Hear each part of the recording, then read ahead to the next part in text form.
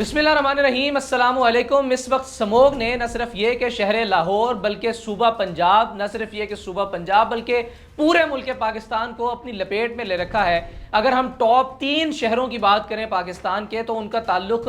मुख्तलिफ 2 बड़े सूबों से निकलता है। यानी कि सबसे ऊपर इस वक्त मुल्तान है, दूसरे नंबर पर लाहौर है और तीसरे नंबर पर पेशावर है, जिनका एयर क्वालिटी इंडेक्स जो है वो हज़ारों में है। और इसी तरह से बेशुमार ऐसे इलाके हैं पाकिस्तान के, ऐसे शहर हैं जहां पर 400-500 नॉर्मल है और ये 400-500 का एयर क्वालिटी इंडेक्स भी मुज़रे सेहत है। 400-500 का जो एयर क्वालिटी इंडेक्स है ये भी जहर कातिल है आम इंसानों के रहने के लिए। तकरीबन जब 1000 के करीब चाइना में स्मोग पहुंची, एयर क्वालिटी इंडेक्स पहुंचा, तो वहां के साइंटिस्ट की जानिब से यह कह दिया गया कि अब बीजिंग इंसानों के रहने की सिटी रहा ही नहीं है, इंसानों के रहने के काबिल रहा ही नहीं है। क्या आप जानते हैं कि स्मोग जिसने इस वक्त पाकिस्तान को अपनी लपेट में ले रखा है, यह मसला लंदन में, यूएसए में और चाइना में भी अब से कुछ दिहाइयां पहले बहुत ज्यादा जोर शोर से मौजूद था। लेकिन लंदन में इस स्मोक के मामले से किस तरह से काबू पाया गया और चाइना ने इस मुजरे सेहत मसले से किस तरह से अपने मुल्क को और अपने लोगों को बाहर निकाल लिया, और आज की तारीख में जब पाकिस्तान स्मोक के अंदर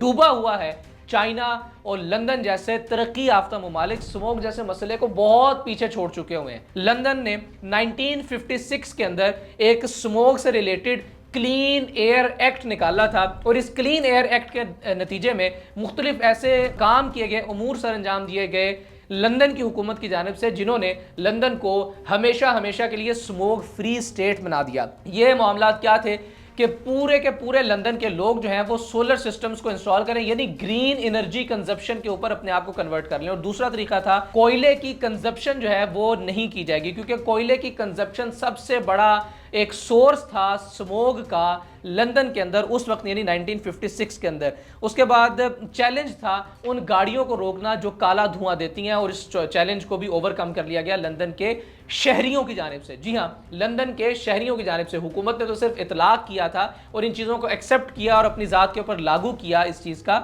लंदन के शहरियों ने। तो ये 3 चीदा चीदा मामला करने के नतीजे में लंदन से स्मोग हमेशा हमेशा के लिए चली गई। इसलिए हमेशा हमेशा के लिए चली गई कि आज भी स्मोग फ्री स्टेट हो जाने के बावजूद भी लंदन के अंदर इन तीनों मामलात को बहुत सख्ती से देखा जाता है। चाइना ने 1980 की दिहाई में जब गाड़ियां बहुत ज्यादा आम होना शुरू हो चुकी हुई थी चाइना के अंदर, तब उन्होंने ये देखा कि चाइना का जो बीजिंग स्टेट है, जो चाइना का बीजिंग को लोगों के रहने के लिए भी मौजू सिटी या मौजू स्टेट करार नहीं दिया। उसके बाद क्या किया गया चाइना की जानिब से कि इलेक्ट्रिकल व्हीकल्स को प्रमोट किया गया कि जो पब्लिक ट्रांसपोर्ट्स है, जैसे कि मुख्तलिफ जाबजा मकामात पर साइकिल्स लगा दिए गए कि आप एक जगह से साइकिल उठाइए, दूसरी जगह पर नस्ब कीजिए जहां आपका स्पॉट आ जाता है, और फिर आप इस साइकिल को एक जगह दूसरी जगह यूज करने का कोई चार्जेस वसूल नहीं किए जाते। पब्लिक ट्रांसपोर्ट जिसके अंदर बुलेट ट्रेन जो कि इलेक्ट्रिक मॉड्यूल पर तश्कील दी गई वो बनाई गई। उसके बाद स्मोक कंट्रोलर खंबे लगाए गए और उनके ऊपर पंखे लगाए गए जो कि विंड टरबाइन का काम करते थे, इलेक्ट्रिसिटी प्रोड्यूस करते थे, और साथ ही साथ स्मोक को या फिर एयर क्वालिटी इंडेक्स को कंट्रोल करने का भी काम सरअंजाम देते थे।